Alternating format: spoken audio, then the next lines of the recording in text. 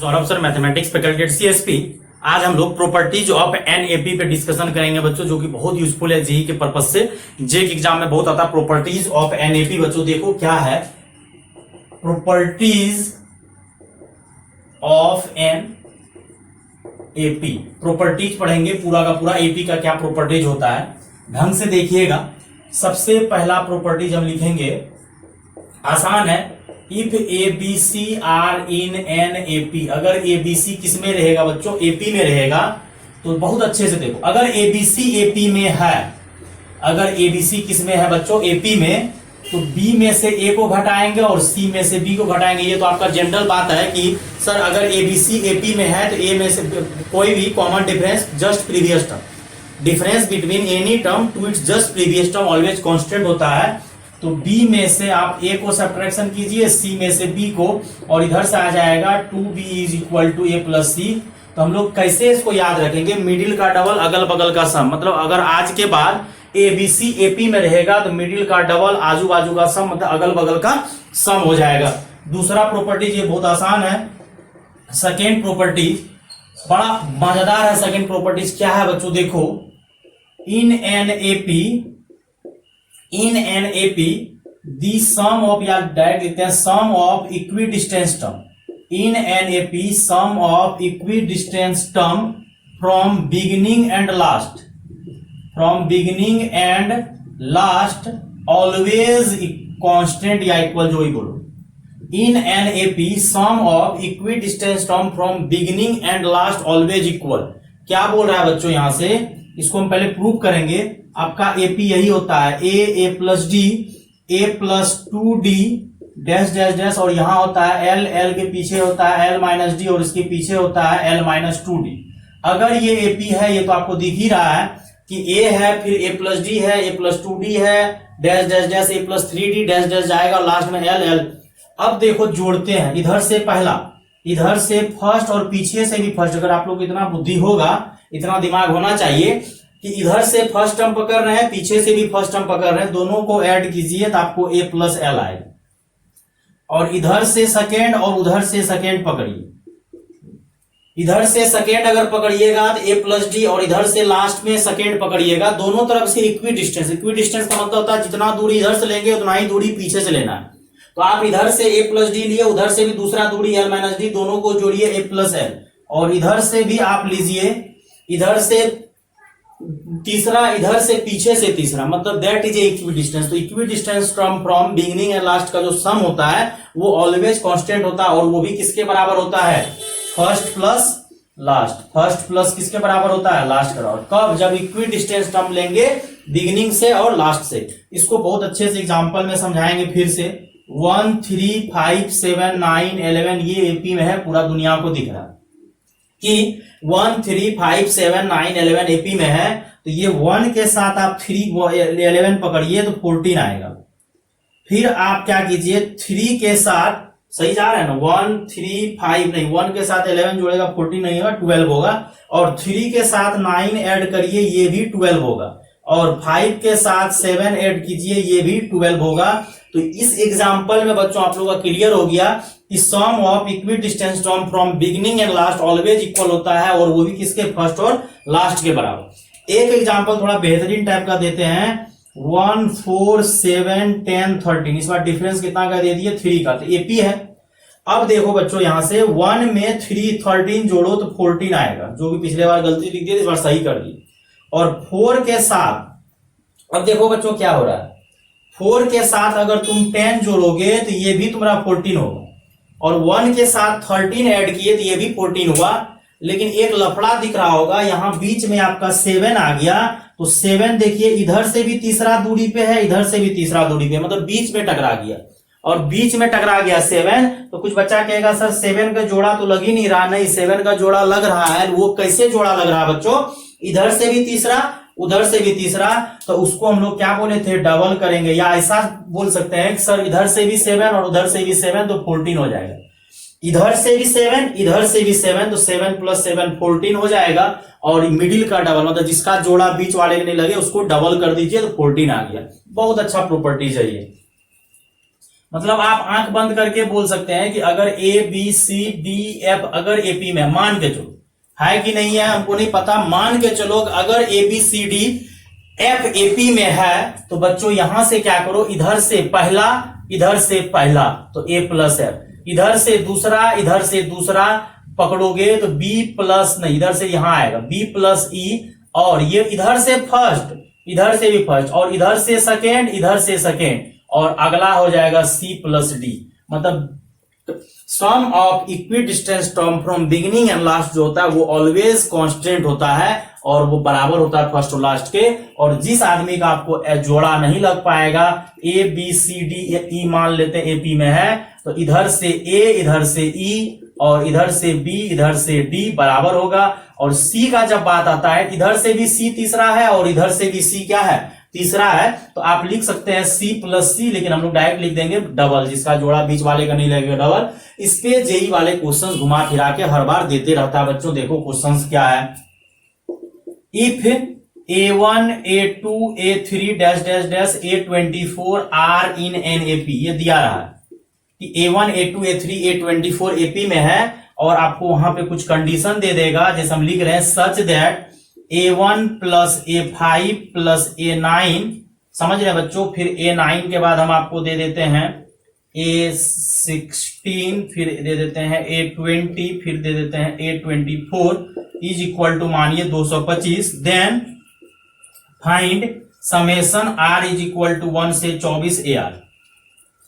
पहले लफड़ा क्या है कि ये एपी का न तो आपको पहला टर्म पता है न लास्ट टर्म पता है, लेकिन कुछ कंडीशन दिया हुआ है A1 plus A25 A19 A16।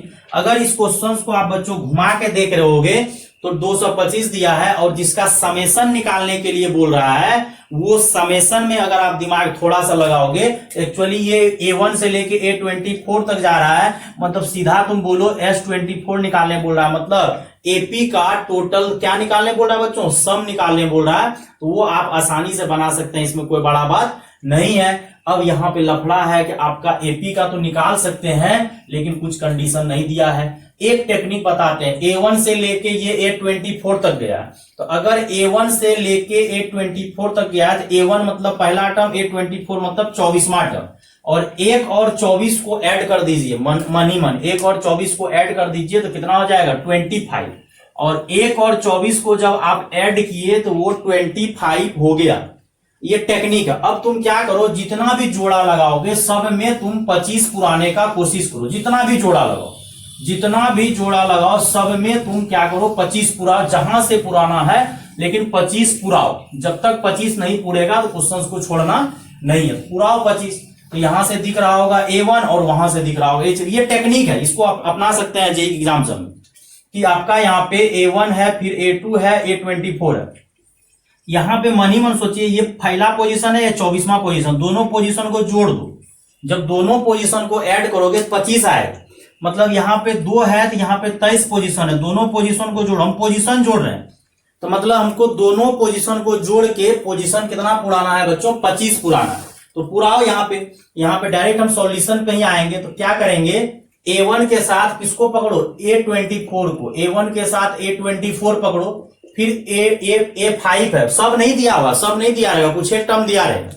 A5 के साथ आप क्या पकड़ो, A20, और लास्ट में A9 के साथ A16 पकड़ो। मतलब जितना भी है तुमको जोड़ा, सबको जोड़ा में तुमको 225, मतलब ये जोड़ा 25 पुराना। और अभी पढ़े थे कि एपी में sum of equidistant term from beginning and last always equal होता है। इसको डायरेक्ट लिख देंगे 3 टाइम्स A1 प्लस A24। क्यों लिखेंगे बच्चों कि A1 प्लस A24 ये सब का बराबर होगा और फर्स्ट और लास्ट के ही बराबर होगा, डायरेक्ट लिख देंगे। और देयरफॉर A1 प्लस A24 हो जाएगा, 3 से डिवाइड करोगे तो 75 टाइम्स कट जाएगा, 7 3 55। अब हमको ये जो क्वेश्चंस में 9 सॉल्यूशन निकालने बोला है, summation R is equal to 1 से 24, अगर किसी बच्चा को समझ में आया होगा तो ये बोला है A1, फिर बोला है A2, फिर बोला है A3 और लास्ट में आपको बोला है A24, मतलब टोटल टर्म का आपको सम निकालने बोला है। सीधा एक तरह समझो S24, तो हम लोग सीधा लिखेंगे 24/2 और फर्स्ट प्लस लास्ट, और फर्स्ट प्लस लास्ट दिया हुआ नहीं था लेकिन हम लोग टेक्निक लगा के बच्चों निकाल लिए, और ये 12 हो जाएगा और ये 75। मल्टीप्लाई करेगा, सीधा मल्टीप्लाई कर दो, कितना हो जाएगा 60, और यहां से सीधा 900 आ जाएगा आई थिंक आंसर। अब इसी टाइप का क्वेश्चन हम फिर अपने मन से सेट करके दे रहे हैं। If A1 A2 A3 dash dash dash, अब इसको लेकर हम चले जाते हैं कहां तक जिससे कि आपको मजा आ जाए। मानिए A17 तक लेके चले जाते हैं।